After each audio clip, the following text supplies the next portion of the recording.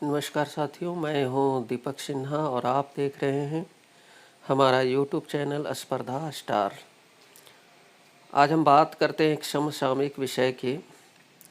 आज की सुबह जैसे ही हुई और हम सभी ने हाथों में अपने अखबार लिए तो आज के अखबारों की ये सुर्खियां थी। जैसे कि आप देख पा रहे हैं, दैनिक भास्कर का यह फ्रंट पेज है जिसमें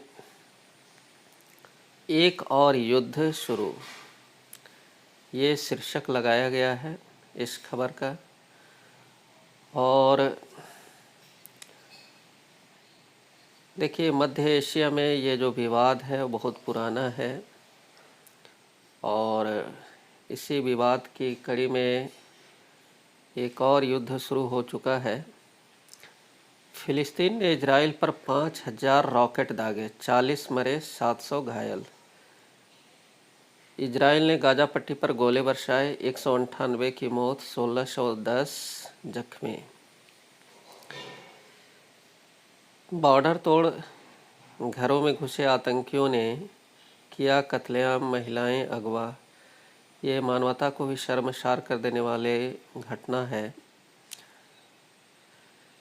देखिए, फिलिस्तीन समर्थित हमास के आतंकवादियों ने अचानक से इजराइल के बॉर्डर को तोड़ करके और इजराइल के अंदर प्रवेश कर गए। जैसा कि आप चित्र में देख रहे हैं कि पैराग्लाइडर से आतंकियों ने बरसाई गोलियां, पैराग्लाइडर का इस्तेमाल करके ऊपर से गोलियां बरसाई जा रही हैं। देखिए, बॉर्डर तोड़ घरों में घुसे आतंकियों ने किया कत्लेआम, जिसमें लगभग 700 जो है, 40 ये मर चुके हैं और 700 घायल हैं। ये इजराइल पक्ष के लोग। देखिए, दरुसलम से ये घटना का कवरेज किया गया है।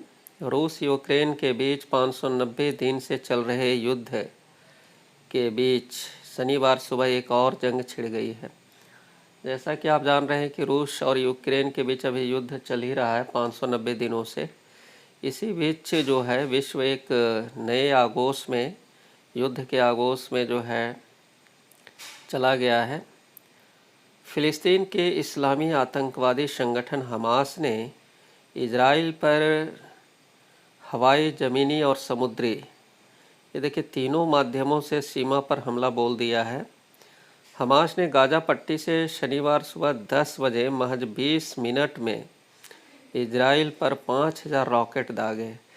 जैसा कि आप जानते हैं कि भूमध्य सागर से सटा हुआ गाजा पट्टी है, ये इजराइल की सीमा से लगता हुआ। इस गाजा पट्टी में हमास नामक आतंकवादियों का ये शरण स्थली है।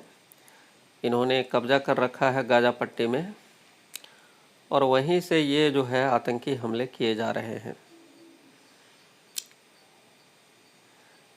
सैकड़ों आतंकियों ने पैराग्लाइडर से भी इजरायली शहरों पर हमला बोला। इसमें 40 की मौत हो गई और 700 से ज़्यादा घायल हो गए हैं।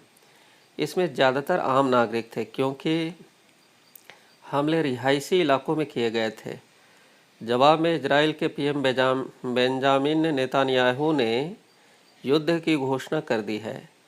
देखिए, पिछले 50 वर्षों में आधिकारिक तौर पर, ऑफिशियल तौर पर इजराइल की ओर से कभी भी युद्ध जो की घोषणा नहीं की गई थी।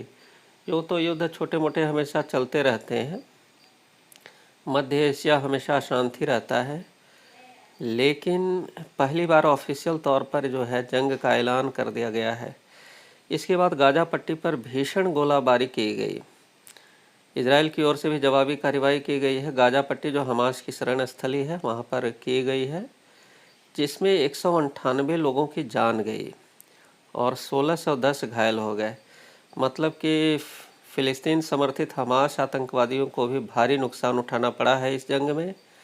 इजराइल में भारतीयों समेत कई देशों के नागरिक फंस गए हैं। स्वाभाविक सी बात है कि विदेशी भी वहाँ फंसे हुए हैं। हमास के आतंकियों ने शहर में घुसते ही हैवानियत की सारी हदें पार कर दी। इजरायली महिलाओं को निर्वस्त्र करके पैरों से कुचल और गोलियों से भून डाला। देखिए कितनी मानवता को शर्मसार कर देने वाली घटना इस युद्ध में हुई है। बच्चे बूढ़े जो भी दिखे उन्हें गोलियों से भून डाला गया है। ऐसे भी वीडियो सामने आए हैं जिसमें गाजा में मारे गए इजरायली सैनिकों को फिलिस्तीनियों की गुस्साई भीड़ घसीट रही है और गाड़ी से कुचल रहे हैं। कई इजरायली नागरिकों को बंधक बनाकर भी ले जाया गया है, जिसमें महिलाएं भी थे। 3 इजरायली सैनिकों को भी बंधक बनाने की वीडियो है। आतंकी गुट के कमांडर चीफ ने इजराइल के लोगों से कहा है कि अगर तुम्हारे पास बंदूकें हैं तो उन्हें बाहर निकालो, उनका इस्तेमाल करने का सही समय यही है। हमास ने अरब और इस्लामी देशों से युद्ध में शामिल होने का आह्वान किया है। देखिए, हमास जो फ़िलिस्तीन समर्थित आतंकवादी संगठन है, वो इस्लामिक कंट्रीज से जो है इस युद्ध में शामिल होने का वो आग्रह कर रहा है।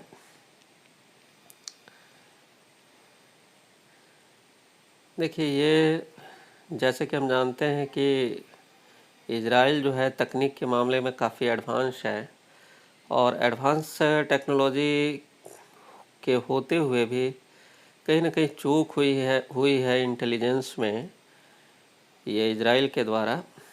तभी इतनी बड़ी घटना का उसे कोई इनपुट नहीं मिल पाया, अंदेशा नहीं मिल पाया और त्वरित कार्रवाई करने में जो है विफल रही है इजराइल की सेना। इजरायली इंटेलिजेंस की बड़ी चूक, युद्ध के पीछे ईरान, तुर्की, चीन के अपने अपने हित।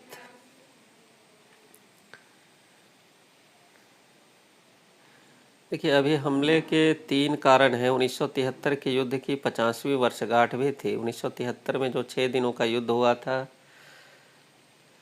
ये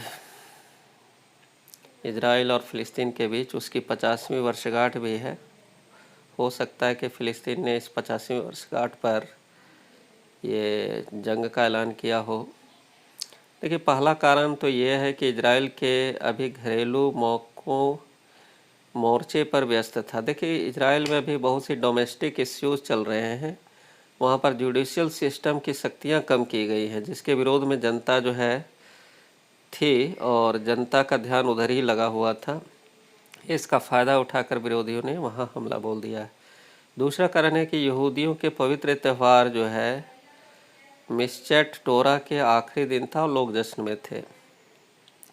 देखिए, यहूदियों का इस दिन जो है एक त्यौहार था, पवित्र त्यौहार था मिस्चेट टोरा, और उसी के जश्न में लोग डूबे हुए थे और इस जश्न के माहौल में, है ना, हमास के आतंकवादियों ने हमला बोल दिया। और तीसरा कारण है कि 6 अक्टूबर 1973 में इस युद्ध की 50वीं वर्षगांठ थी। 6 अक्टूबर 1973 को पड़ोसी देशों ने इजराइल पर हमला किया था। यहूदी इस दिन पापों के प्रायश्चित के स्वरूप उपवास रखते हैं, यानी आस्था पर हमला किया गया है। देखिए, इस दिन जो है इजरायली लोग ये प्रायश्चित करते हैं इस युद्ध का, और इस दिन फास्टिंग रखने की वहाँ परंपरा है। तो इस आस्था पर भी हमला बोल करके फ़िलिस्तीनियों ने वहाँ पर हमला कर दिया है। देखिए, विवाद का कारण क्या है? दोनों पक्षों के बीच आखिरकार क्यों युद्ध होते हैं? तो विवाद का कारण, मुख्य कारण यरूशलेम स्थित अल अक्सा मस्जिद है। देखिए, विवादों की जड़ जो है यरूशलेम है। यरूशलेम यहाँ पर एक शहर है और ये शहर आपको जानकर आश्चर्य होगा कि 3 धर्मों के लिए एक पवित्र स्थल है, जिसमें ईसाई, यहूदी और इस्लाम, है ना। देखिए, यहूदी और फ़िलिस्तीन मुस्लिम दोनों इस पर दावा करते हैं। देखिए, जो यरूशलेम है वहाँ पर एक अल अक्सा मस्जिद है। अब इस मस्जिद पर जो है यहूदी और फ़िलिस्तीन दोनों समुदाय दावा करते हैं। यहूदी इसकी वेस्टर्न वाल को, देखिए इसकी जो पश्चिमी दीवार है उसको यहूदी मंदिर का आखिरी अवशेष मानते हैं, और मुस्लिम इसे अलबख्श, है ना, अल अक्सा मस्जिद का दीवार होने का दावा करते हैं। मक्का और मदीना के बाद यह इस्लाम का तीसरा सबसे बड़ा पवित्र स्थल है। 70 के दशक में सहमति बनी कि गैर मुस्लिम मस्जिद के अंदर आ सकते हैं लेकिन प्रार्थना नहीं करेंगे। हाल ही में यहूदियों ने पूजा की कोशिश की तो विवाद भड़क गया। तो देखिए, यही विवाद की जड़ है। यरूशलेम में एक मस्जिद है, अल-अक्सा मस्जिद। अब इस्लाम की दृष्टि से देखें तो मक्का और मदीना के बाद जो है ये तीसरा पवित्र स्थल है। और यहूदियों की दृष्टि से देखें तो इसकी जो मस्जिद की जो पश्चिमी दीवार है ना, वह उनका पवित्र मंदिर का अवशेष वो मानते हैं और यहाँ पर अपनी इबादत उपासना करने की छूट चाहते हैं। तो 70 में दोनों पक्षों के बीच ये सहमति बनी थी कि ठीक है, गैर मुस्लिम भी मस्जिद के अंदर आ सकेंगे, बट अपना प्रेयर नहीं कर पाएंगे, है ना। वहीं पर देखिए माना जाता है कि ईसाई धर्मावलंबी भी यरूशलेम पर दावा करते हैं। वो उनका कहना है कि यहीं पर ये यीशु मसीह को जो है क्रूस पर लटकाया गया था। तो इस दृष्टि से ईसाइयों के लिए भी ये एक पवित्र स्थल है। अब तीन धर्मों का ये पवित्र स्थल है, इसलिए विवाद की जड़ है। देखिए भारत ने इजराइल का पक्ष लिया है, क्योंकि इजराइल से हमारे घनिष्ठ संबंध है, निकटवर्ती संबंध है। और हालिया के दिनों में जो है हमारे पीएम मोदी जी का बेंजामिन नेतान्याहू जो वहाँ के प्रधानमंत्री हैं, उनके समकक्ष हैं, उनसे घनिष्ठ मित्रता है। और इजराइल जो है वो कई तरह की तकनीकी सहायता देता है। और साथ ही भारत ने जब पाकिस्तान के बालाकोट में एयर स्ट्राइक किया था तो इजराइल जो है वो पहला देश था जिसने भारत का सपोर्ट किया था। इन तमाम दृष्टिकोणों को देखते हुए जो है मोदी ने इजराइल का पक्ष लिया है। और पक्ष लेने का मतलब कि जो मानवता को शर्मसार करने की घटनाएं हुई हैं, मानवता को पीड़ित किया गया है, तो उसकी निंदा भारत ने की है। तो यही है। अब हम इसको मानचित्र के माध्यम से समझते हैं।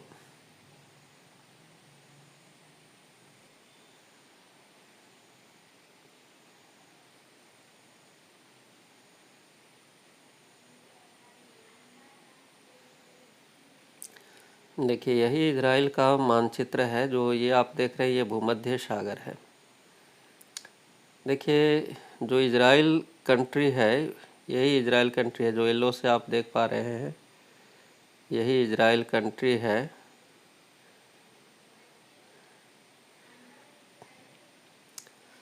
और इजराइल कंट्री देखिए यहाँ पर जो है, पहले इजराइल जो है पूरा अरब देश का ही भाग था। यहाँ पर इजराइलों का अस्तित्व नहीं था, यहूदियों का अस्तित्व नहीं था। यहूदियों ने यहाँ पर जो है लड़ कर के एक स्वतंत्र अपना इंडिपेंडेंट राज्य यहाँ पर बनाया है। और यही बात जो है यहूदियों की जो है वहाँ के इस्लामिक कंट्रीज़ को, पड़ोसी देशों को और फ़िलिस्तीन को आंखों में चुभती रही है।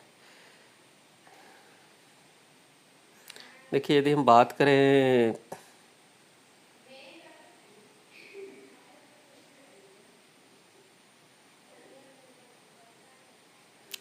पड़ोसी देशों की, तो देखिए इसके उत्तर में जो है लेबनान है, इसके पूरब में सीरिया है, जॉर्डन है। और देखिए यहाँ पर हम बताना चाहेंगे कि इजराइल जो है बेहद असुरक्षित देश माना जा सकता है, क्योंकि यहाँ पर देखिए इसके पूर्वी किनारे पर जो ये वेस्ट बैंक जो आप देख रहे हैं, ये दरअसल जो है एक फ़िलिस्तीन समर्थित जो है ये फतह नाम का एक आतंकवादी संगठनों का ये जमावड़े वाला स्थल है। और ये जो गाज़ा पट्टी आप देख पा रहे हैं जिसने हमला किया है, हमास एक आतंकवादी संगठन है फ़िलिस्तीनियों का। और फतह भी एक आतंकवादी संगठन है फ़िलिस्तीनियों का। तो ये जो गाज़ा पट्टी है इसमें हमास लोग जमे हुए हैं, हमास के आतंकवादी। और जो ये वेस्ट बैंक के नाम से आप देख रहे हैं फ़िलिस्तीन, तो ये यहाँ पर जमे हुए हैं फतह नाम के आतंकवादी संगठन। तो दोनों ओर से ये आतंकवादी संगठनों से जुड़ा मतलब बहुत निकट से घिरा हुआ है। और इस दृष्टि से ये असुरक्षित है। लेकिन इजराइल की जो तकनीक है इतनी एडवांस है कि वह त्वरित कार्रवाई करती है। कहीं से भी हमला होता है तो उसका तुरंत रिटेलिएट किया जाता है, त्वरित कार्रवाई की जाती है, जिससे आस पड़ोस देश जो है, जो आप देख सकते हैं कि इसके आगे पीछे जितने भी देश हैं वो सारे देश जो है इस्लामिक कंट्रीज़ हैं। ऊपर लेबनान, सीरिया, जॉर्डन है ना, फिर भी ये देश अस्तित्व में है और संघर्षरत है और अपना अस्तित्व बचाए हुए है। तो निस्संदेह ये कहा जा सकता है